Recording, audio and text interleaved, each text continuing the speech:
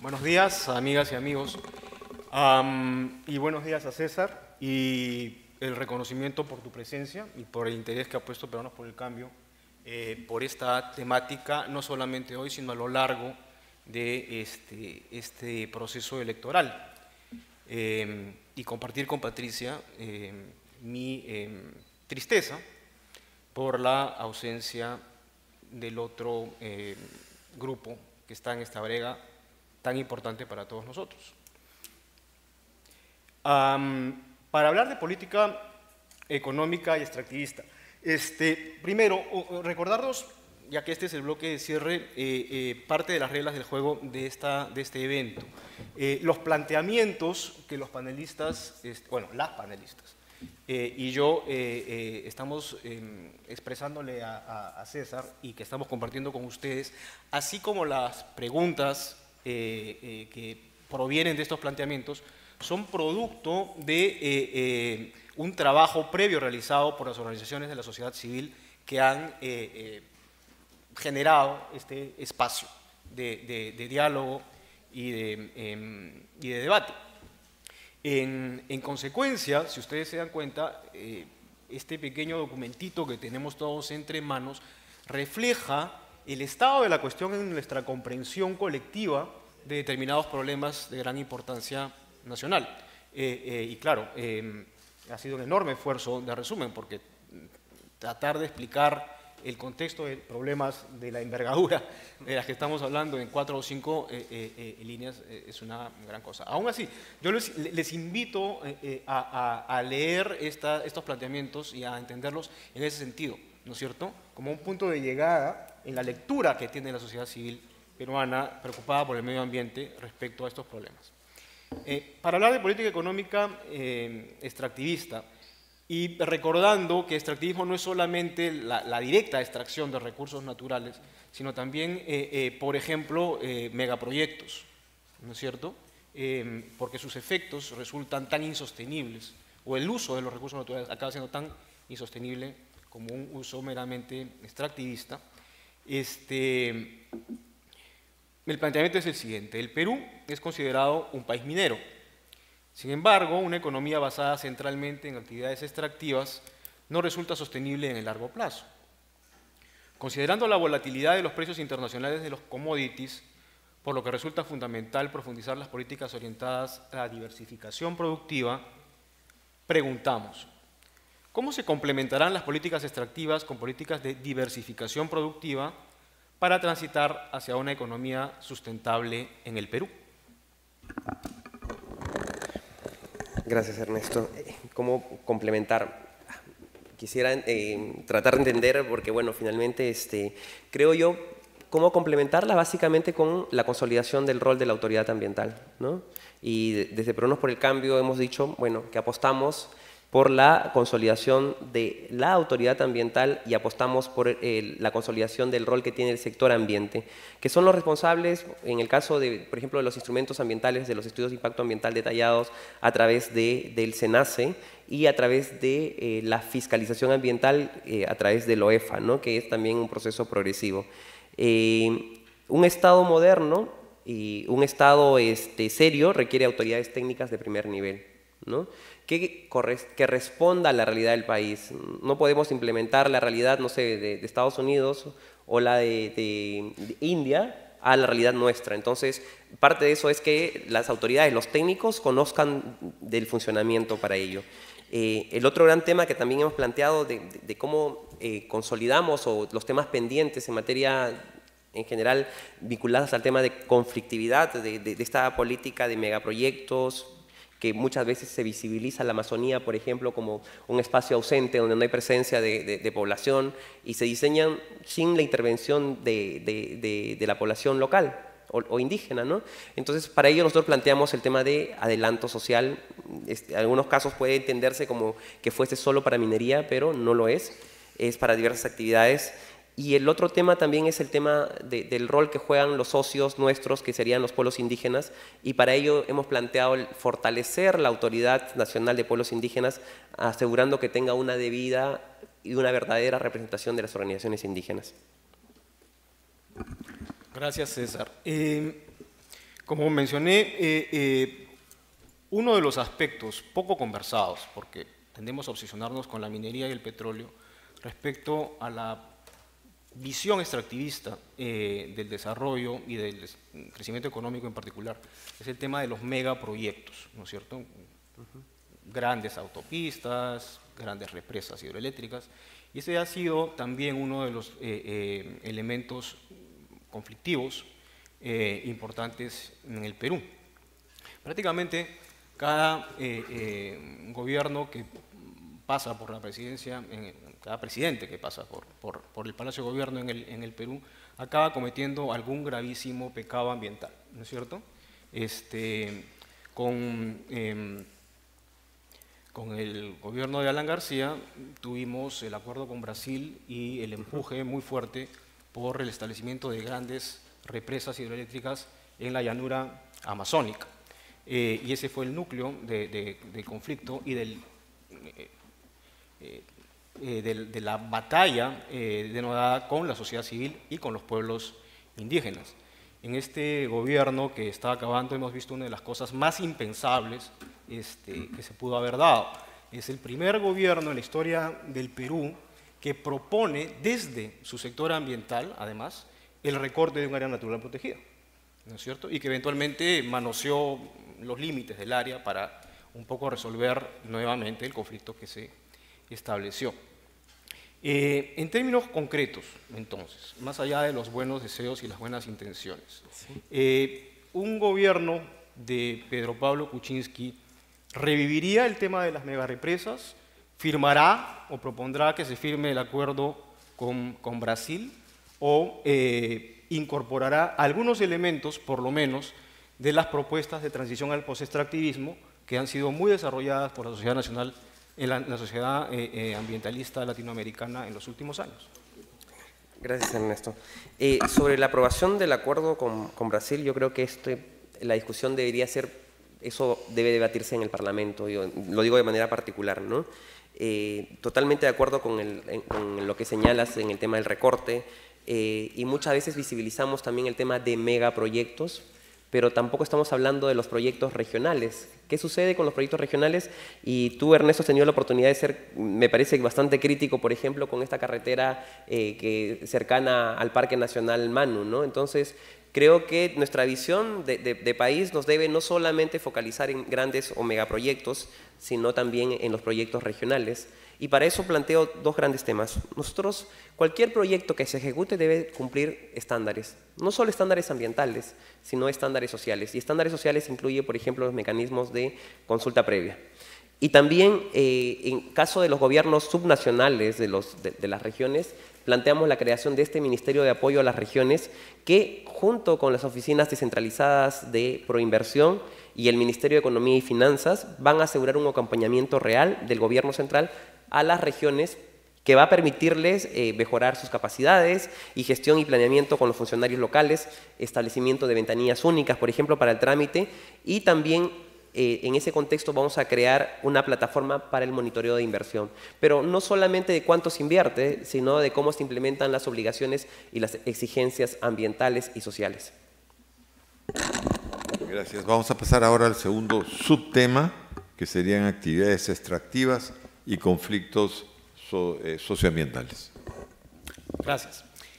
Los conflictos sociales asociados al desarrollo de las actividades extractivas se originan, entre otros factores, por la competencia de los diversos actores en el acceso a recursos naturales claves, como agua y tierras, así como por los impactos potenciales o reales que pueden generar estas actividades. El Perú es signatario de acuerdos internacionales como el Convenio 169 de la OIT. Sin embargo, el Estado no interviene en las negociaciones de las empresas con comunidades hasta que emergen los conflictos, agudizando la ingobernabilidad del país. Existen propuestas importantes que podrían ser analizadas, como el Ombudsman para las actividades extractivas, que mencionó Eric, o el arbitraje ambiental, además de perfeccionamiento de la consulta previa y la institucionalización de los programas de monitoreo socioambiental a nivel nacional. Preguntamos, ¿qué políticas públicas integrales y qué mecanismos institucionales y regulatorios se diseñarán e implementarán para establecer espacios de diálogo y acuerdo entre los diversos actores concernidos en el desarrollo de proyectos extractivos formales, como minería, petróleo, energía, que operan en áreas social y ambientalmente sensibles, a fin de lograr una gestión preventiva de los conflictos socioambientales. Tú te referiste un poco a esto antes, pero esta es la oportunidad de detallar un poco la idea. Gracias, Ernesto. Desde Peruanos por el Cambio creemos y planteamos de manera permanente tener un diálogo en espacios oficiales y no oficiales. ¿Qué sucede en concreto? Normalmente estalla el conflicto y se establece la mesa de diálogo y tenemos, si alguien hace un listado de tantas mesas de diálogo y cuáles han sido sus resultados, ¿no? Entonces, en estos espacios formales y no formales pretendemos aclarar dudas, recoger las propuestas y emprender las mejoras que la gestión pública requiere inicialmente. En concreto, vamos a fortalecer la Oficina Nacional de Diálogo y Sostenibilidad dentro del marco de implementación de un sistema, del Sistema Nacional de Prevención y Solución Pacífica de Conflictos Sociales, especialmente, y así lo hemos planteado, en las principales regiones con mayor incidencia de conflictos sociales. Y también así lograremos la intervención política oportuna antes de que estalle la violencia mediante alertas tempranas y diálogos con las empresas y las organizaciones sociales. Algo que decías, Ernesto, es el tema de consulta es un derecho y es una obligación irrenunciable del Estado, ¿no? Y es el Estado quien debe ejercerla. Entonces, más allá incluso de la aplicación del convenio 169, que a veces y está en el colectivo, ¿no?, que se refiere solo a consulta previa, el convenio 169, pretendemos implementar y desarrollar todos los elementos que tiene el convenio. El tema de educación bilingüe, salud intercultural, y el tema de tierras, ¿no? Entonces, y otros grandes temas que están pendientes. Pero eso también pasa por desencadenar y fortalecer no solamente un espacio, sino también fortalecer el rol que tiene la autoridad indígena, ¿no? Entonces, hablamos de fortalecer esta autoridad de pueblos indígenas, asegurando que tenga una debida y real representación de las organizaciones indígenas. Gracias. Mencionas la idea de fortalecer la oficina de diálogo, eso está bien, pero yo creo que la pregunta obvia es fortalecerla en qué, ¿no es cierto? ¿En qué concretamente? Y te planteo dos situaciones concretas, por ejemplo, respecto a esta oficina de diálogo. Número uno, desde hace un tiempo a esta parte, la oficina de diálogo realiza su propia evaluación de lo que son conflictos sociales en el Perú y saca su propio boletín y sus estadísticas son completamente diferentes a las de la Defensoría del Pueblo. Obviamente a quien se le ocurrió esta idea, genial, que es a Vladimir Ogarok, le pareció que eso iba a legitimar el trabajo de la oficina y lo que hizo fue deslegitimar, ¿no es cierto? Porque la Defensoría del Pueblo tiene mucha más legitimidad que cualquier oficina de diálogo en el Perú. Y en esa medida, el gran desafío que toda oficina de diálogo o toda intervención del Estado en conflictos socioambientales en el Perú tiene es justamente el conseguir que los actores en conflicto reconozcan como árbitro legítimo y justo al Estado, ¿no es cierto? La tendencia a poner en el infierno del interés local o poner en el infierno de la empresa al Estado y al funcionario que se aproxima al tema es enorme, es ese riesgo.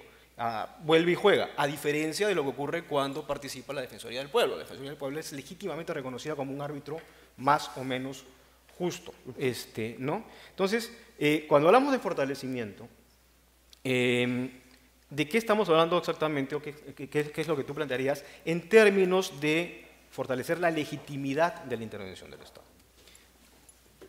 Bueno, en varios elementos, ¿no? En principio, la presencia real, y para eso también planteamos nosotros, entre otros temas, el tema, por ejemplo, del adelanto social. ¿Y qué es el adelanto social para Peruanos por el Cambio? Es que consiste que el gobierno realice un conjunto de obras que beneficien directamente a las comunidades antes de la ejecución de cualquier proyecto. Que puede ser el modelo ideal o no, ¿no? Eso podríamos discutirlo, pero que es una propuesta para que en ese proceso de adelanto social se acompañe también y tengamos antes de cualquier situación de conflictividad conocer qué sucede en campo, ¿no? Porque sencillamente se realizan las inversiones, se otorgan los derechos y tenemos una lista larga de cuánto representan los conflictos socioambientales en la práctica, ¿no? Muchos de ellos que tienen verdaderamente cariz ambiental y social, sí. Pero en otros casos tenemos también demandas de empleo, demandas no satisfechas por parte de la empresa incluso, ¿no? Entonces, creo que ahí también nos debe llevar a hacer un ejercicio de cuándo hablamos verdaderamente de un conflicto socioambiental. Y en ese contexto, planteamos básicamente el tema del adelanto social, pero con presencia real de las autoridades, en este caso de la Oficina de Diálogo y Sostenibilidad, entre otros temas, ¿no? Bien, vamos a pasar al último subtema, que sería minería ilegal y economías ilegales en Amazonía. La minería ilegal no puede considerarse solo un problema social o solo un problema ambiental. Es una visión parcial, sesgada e incompleta, cualquiera de estas dos. Esta actividad, que se disfraza de minería artesanal o informal, que es un eufemismo muy caro a los peruanos, implica una serie de encadenamientos y articulaciones con otras economías ilícitas, lo que exige un tratamiento integral del problema, incluyendo la implementación efectiva de políticas anticorrupción. Además de la pérdida de biodiversidad y la acumulación de impactos en el curso de los ríos y en el aire que afectan irreparablemente a la población que vive cerca a esta actividad, existen actividades enlazadas a esta actividad ilícita que también son altamente graves, como la trata de personas, la prostitución infantil y el trabajo infantil en condiciones de alta vulnerabilidad. Preguntamos, ¿qué políticas públicas integrales y qué mecanismos institucionales y regulatorios se diseñarán e implementarán para contener los graves impactos ambientales, sociales y económicos que genera la minería ilegal, que se articula con otras economías delictivas como el narcotráfico, lavado de activos, entre otras? Y nuevamente, y este es de hecho el último bloque, o el último subbloque, César, esto nos da la oportunidad de conocer en detalle la propuesta que forma, que es uno de los ejes, de hecho, de vuestro programa sobre minería ilegal. Gracias, Ernesto. ¿Qué planteamos? Cuando estuvimos diseñando el plan de gobierno, decíamos de qué manera enfocamos el tema de minería ilegal, ¿no? Entonces, yo siempre he hablado de que para mí el tema de resolver el tema vinculado a la minería informal o ilegal es una mesa de 4 patas. Y en ese contexto planteamos el programa Oro Limpio. ¿Y el programa Oro Limpio qué es, no? En primera instancia, una primera patita de esa mesa es el tema de no negociar ni discutir con la ilegalidad. Por ejemplo, yo siempre digo, ¿no? La gente tiene mucha confusión, piensan que la minería ilegal es la misma que la minería informal. La minería informal es la que el Estado ha reconocido de alguna manera que puede cumplir algún estándar y formalizarse. Pero la minería ilegal es la que no puede formalizarse. Yo le digo, es decir, si estuviésemos minería en Machu Picchu, por ejemplo, en el santuario histórico, ahí es informalizable. Entonces, esa es minería ilegal que no puede ser formalizada ni resuelta de ninguna manera. O dentro de las áreas naturales protegidas, ¿no? El desarrollo de estas actividades como Tambopata, ahí no se puede formalizar, lamentablemente. Entonces, ahí deviene minería ilegal y no queda otro que la reducción o la eliminación. El segundo gran tema es formalización. Y nosotros decimos, ¿formalizar cómo, no? Vamos a seguir dando leyes. La pequeña minería y artesanal hoy en día tiene más de 70 normas y es un régimen especial, de acuerdo a la legislación. El Estado del año 2002 se declaró Estado promotor y formalizador. Esa ley no ha sido modificada, ¿eh? Entonces nosotros decimos, ¿cómo el Estado en su rol que este marco normativo da puede hacer que funcione la formalización a la par de los decretos legislativos vinculados a la minería informal e ilegal? Entonces, pretendemos un verdadero y una real proceso de acompañamiento a las regiones.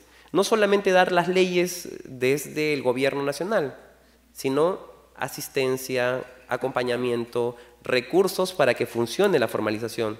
Y de alguna manera, las autoridades, dependiendo del rol que ejerzan, por ejemplo, en el Sistema Nacional de Gestión Ambiental, ¿quién es el ente rector? El Ministerio del Ambiente, ¿no? Entonces, el Ministerio del Ambiente también ha diseñado este instrumento de gestión ambiental correctivo. Debe, de alguna manera, no solo hacer un IGAC simplificado, ¿no? Sino también un acompañamiento real.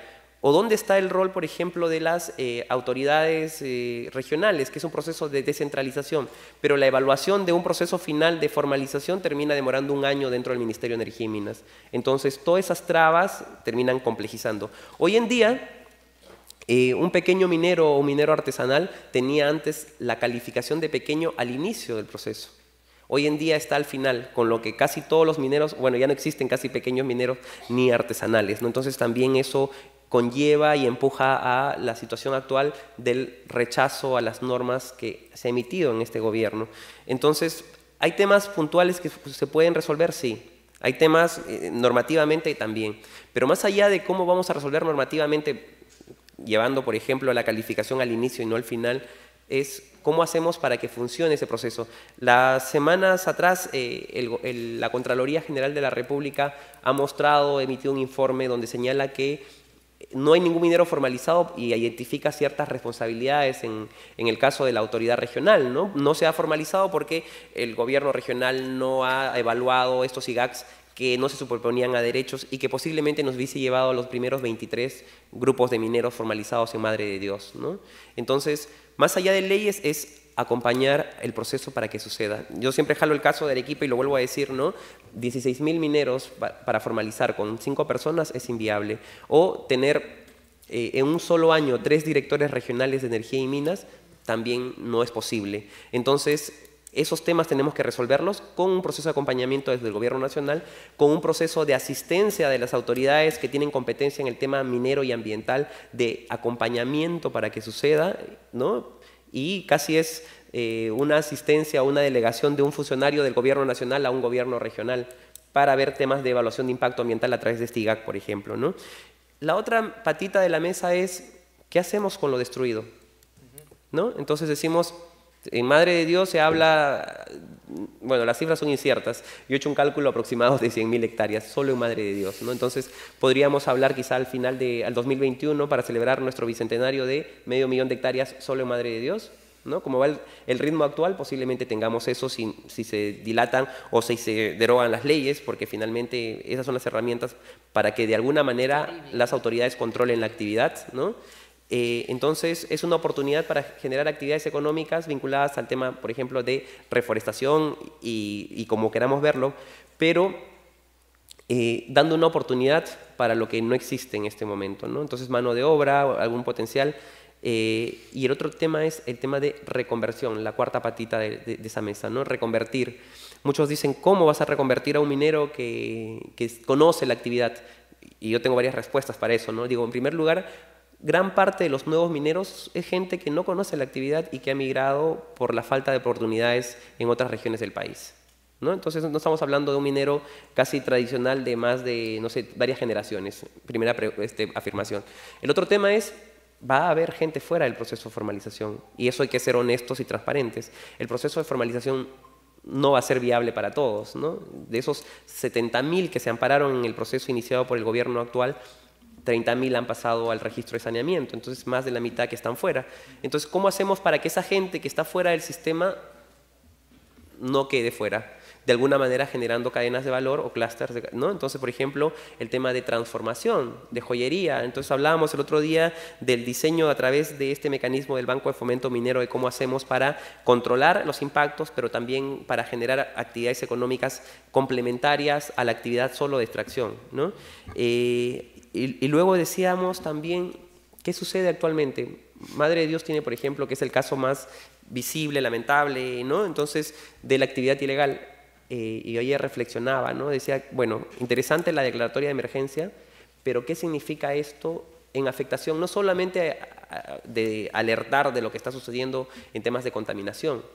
¿Qué significa esto para la gente que no se dedica necesariamente a la actividad minera, que el otro potencial, la actividad de turismo, de ecoturismo, que tiene un potencial tremendo? A mí me dicen, aquí hay contaminación por mercurio, yo dejo de ir, ¿no? Entonces, ¿eso es la mejor respuesta? Digo yo, estamos a veces tratando de solvar situaciones sin ver todo el bosque, ¿no? ¿Qué sucedió con el control del combustible? ¿No? Mercado de contrabando de combustible. ¿Qué sucedió con el tema de control del oro? Salió el oro por las fronteras de Bolivia y de Brasil, ¿no? Entonces, creo que eso, más allá de una respuesta inmediata, poco planificada, es ver en concreto qué sucede y tratar de resolverlo de manera articulada, ¿no?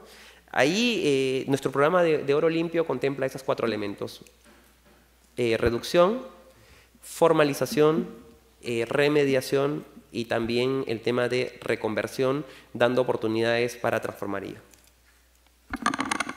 Gracias, César. Creo que nos queda claro entonces que ustedes no tienen intención de firmar compromisos para la derogación de decretos legislativos con grupos de mineros ilegales, lo cual es bienvenido, por supuesto. Siendo el bloque final, y esta quizá viene a ser la pregunta final, yo quisiera retomar algo que nos ha visitado durante el debate varias veces, o durante la conversación varias veces, y es esta preocupación natural de la sociedad civil respecto a su relacionamiento con el Estado, y particularmente respecto a su potencial relacionamiento con el potencial presidente de la República, Pedro Pablo Kuczynski, y su gobierno. Y claro, se han expresado muchas buenas intenciones, pero quizá valdría la pena el ofrecernos un ejemplo, ¿no es cierto? Como tú sabes, como sabemos todos, la relación entre el Estado y la sociedad civil es de naturaleza tensa, ¿no? Cuando no existe esa tensión, algo anda profundamente mal. Esa tensión se puede manejar de muchas maneras, constructivas o destructivas, construyendo democracia o satanizando, cooptando, tokenizando la participación de la sociedad civil. Entonces, la pregunta concreta que te haría es, en el caso específico de la Comisión Nacional de Cambio Climático, un potencial gobierno de PPK, ¿cómo atendería las exigencias e insatisfacciones expresadas por la sociedad civil respecto a su participación en ese debate y en la construcción de esas políticas públicas? Gracias, Ernesto. Más allá de cualquier elemento concreto, debo volver a replantear estos temas. Desde Peruanos por el Cambio creemos en el diálogo abierto, transparente, una política de puertas abiertas. Aquellos que hemos tenido el honor de ser funcionarios, servidores públicos, así lo visibilizamos. No requerimos un espacio oficial o una ley que nos diga vengan a dialogar, ¿no? Entonces, o tenemos la obligación de dialogar, sino de construir y de resolver los temas. Las agendas muchas veces son complejas, es cierto, ¿no? Entonces, desde Peruanos por el Cambio decimos, nosotros tenemos una política de puertas abiertas en nuestro gobierno para discutir y construir, pero con cuestiones concretas también. A veces las discusiones terminan siendo tan gaseosas que no se terminan. Yo de manera particular creo que una reunión debe tener una agenda concreta y definir y decidir en ese momento. El otro tema es cómo resolvemos el tema de la Comisión Nacional de Cambio Climático, donde ha habido bastantes, por así decirlo, problemas en la intervención de la sociedad civil.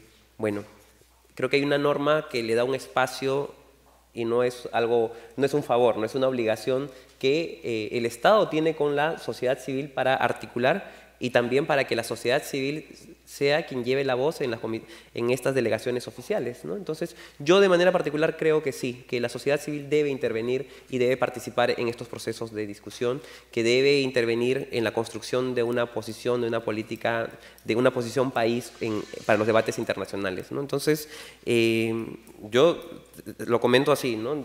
Creo en eso, el marco normativo lo contempla y no estamos diciendo nada extraordinario.